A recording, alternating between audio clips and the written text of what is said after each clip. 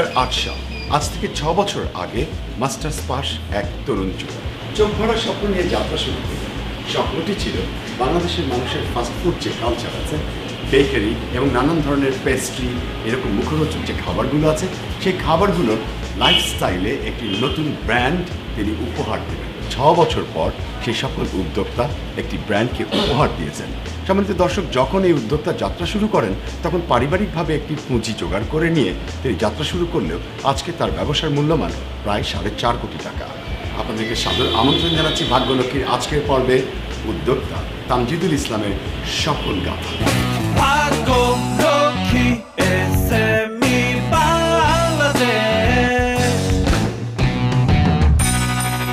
300 square ফিটের দোকান এবং 1200 স্কোয়ার ফিটের ফ্যাক্টরি শ্যামলী রিং রোডে। স্বাস্থ্য মানসম্মত খাবার তৈরির ব্রত নিয়ে হট অ্যান্ড ক্রাস্টি বেকারিজ।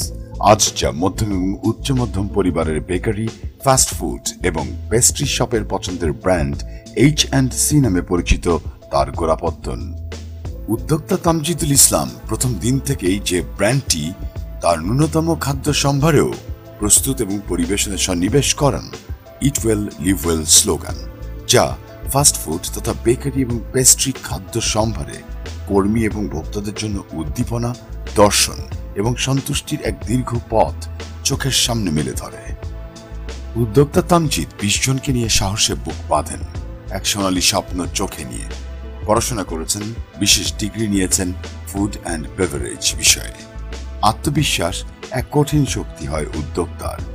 সকল আয়োজন সম্পন্ন করে যখন উৎপাদন শুরু হয় কারখানাতে, শুদ্ধ আগুনের উত্তাপে প্রস্তুত বেকারির খাদ্যদ্রব্য এবং স্বাস্থ্যসম্মতভাবে প্রস্তুত পেস্ট্রি যখন ভোক্তার সন্তুষ্টি অর্জন করে, উদ্যোক্তার সাফল্যের হাসিটি হাসেন নিজের আয়নায়। 1-2 বছর করে 3টি বছরেই ঘুরে দাঁড়ান পড়াশোনা শেষ করে আত্মবলে বলিয়ান হতে চাওয়া তরুণ এই উদ্যোক্তা।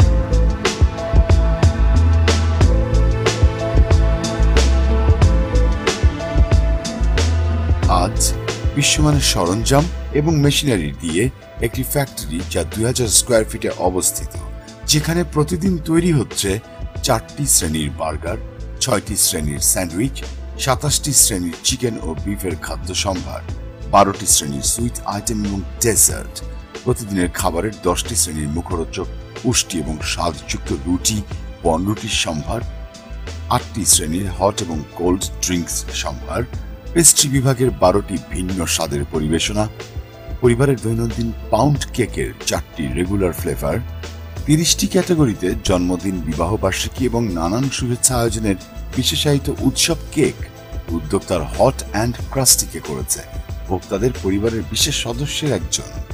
আন্তর্জাতিক মানের 19টি ভিন্ন স্বাদের কুকিজ বা বিস্কুট, প্রতিদিনের সকালের নাস্তার 4 শ্রেণীর টোস্ট, হট অ্যান্ড ক্রাস্টির গুণগত মান, স্বাদ এবং ভোক্তার সন্তুষ্টির কথাই বলেছে উদ্যোক্তা তামজিদকে। দিনে দিনে বাড়তে থাকে ভোক্তাদের চাহিদা, দিনে দিনে বাড়তে থাকে ভোক্তাদের নানান খাদ্য পণ্যের স্বাদের যে পরিবর্তন, সেই পরিবর্তনের ধারা।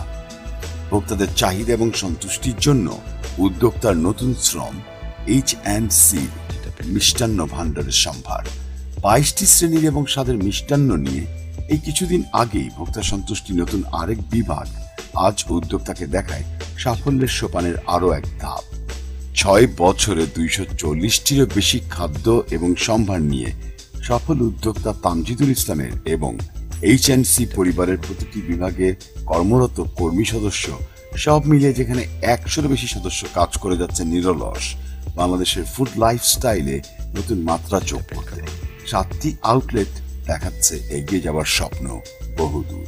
ভালো খাবার, ভালো জীবন, এই কথাটিই বলছে বারবার এক সফল উদ্যোক্তার কানে। সমৃদ্ধির পথে এগিয়ে যাবার, নিজকে, সমাজকে তথা দেশকে একজন উদ্যোগী হয়ে নিজে কিছু করে একসাথে এগিয়ে নেবার।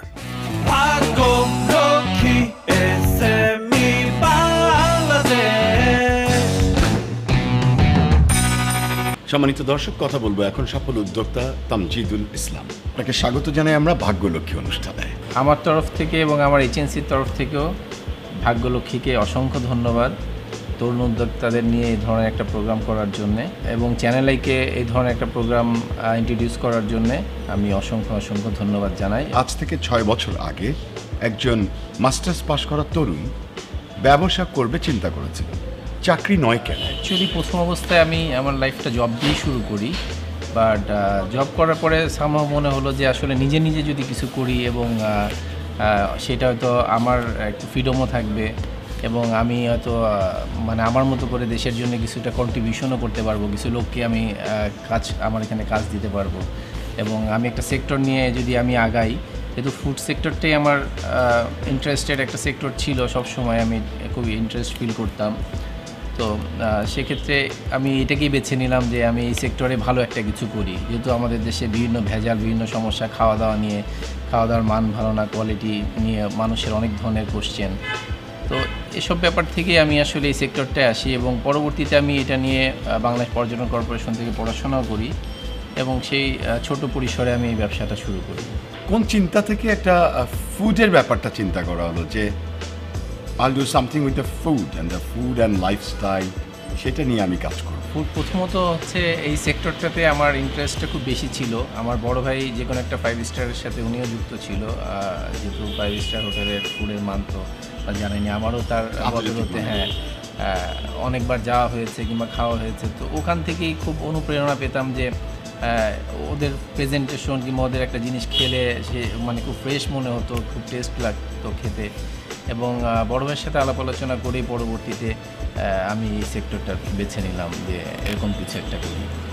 উদ্যোক্তা হিসেবে যখন আপনি যাত্রা শুরু করলেন, এবং আমরা জানি যে প্রথমেই কোনো দিন পথ কিন্তু সুগম থাকে না বা পথ অনেক মসৃণ থাকে না, এবং যখন আপনি শুরু করলেন কতদিন লেগেছিল ঘুরে দাঁড়াতে? প্রথম অবস্থায় তো আমাকে অনেক বেশি পরিশ্রম করতে হতো। তখন দেখা যেত যে অনেক ছোট জিনিসগুলোও অনেক বেশি নিজেকেই টেক কেয়ার করতে হতো, এবং আমার একটা স্বপ্ন এবং ইচ্ছা তো সবসময় ছিল যে এটাকে আমি বাংলাদেশে একটা ব্র্যান্ড হিসাবে দাঁড় করাবো।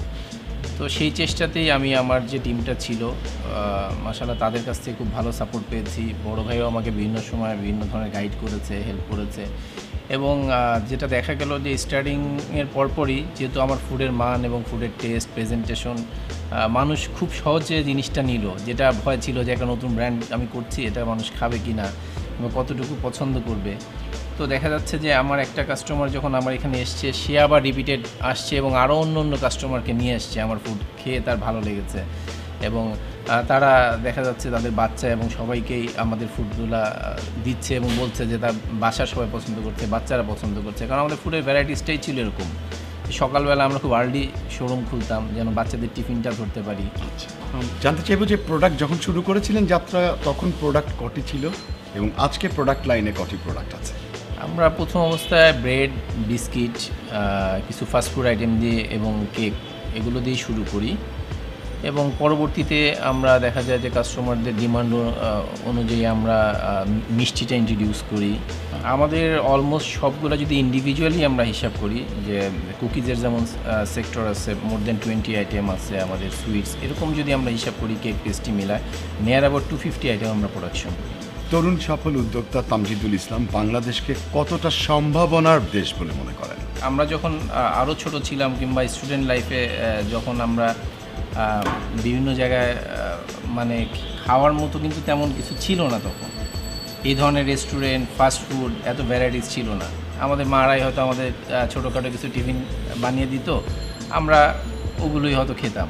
এখন আপনার কিন্তু দিনে দিনে আমাদের দেশে তো নট অনলি আমরাই, এবং আমাদের দেশে সবচেয়ে বড় সম্ভাবনার একটা দেশ, তার বড় প্রমাণ হচ্ছে বিদেশি ব্র্যান্ডগুলোও কিন্তু এই সেক্টরে চলে আসতেছে এবং খুব ভালো করতেছে, এবং বাংলাদেশেও অনেকগুলো ব্র্যান্ড অলরেডি এস্টাবলিশড, যেখানে অনেক ভ্যারাইটিস টাইপের ফুড পাওয়া যায়, অনেক ধরনের ভেরিয়েশন আছে, এবং আমাদের ছেলেমেয়েরাও পাশাপাশি এই সব ব্র্যান্ডগুলোতে কাজ করছে, এবং এই সেক্টরটা সম্ভাবনাময়। এই জন্য আরও বলবো যে আগে আমাদের দেশে এই ধরনের কোনো ট্রেনিং ইনস্টিটিউট কিংবা স্কুল, কলেজ, ইউনিভার্সিটিতে এই ধরনের কোনো পড়াশোনা ছিল না, যেটা এখন কিন্তু আপনার অনেক প্রাইভেট ইউনিভার্সিটি হোক কিংবা গভর্নমেন্টের যে পর্যটন কর্পোরেশন আছে, এনএসটিটিআই, কিংবা আপনার যে টেকনিক্যাল এডুকেশন বোর্ড, তারা কিন্তু স্পেশালি এইসব সেক্টরে এখন আরও বেশি ম্যান পাওয়ার তৈরি করার চেষ্টা করছে।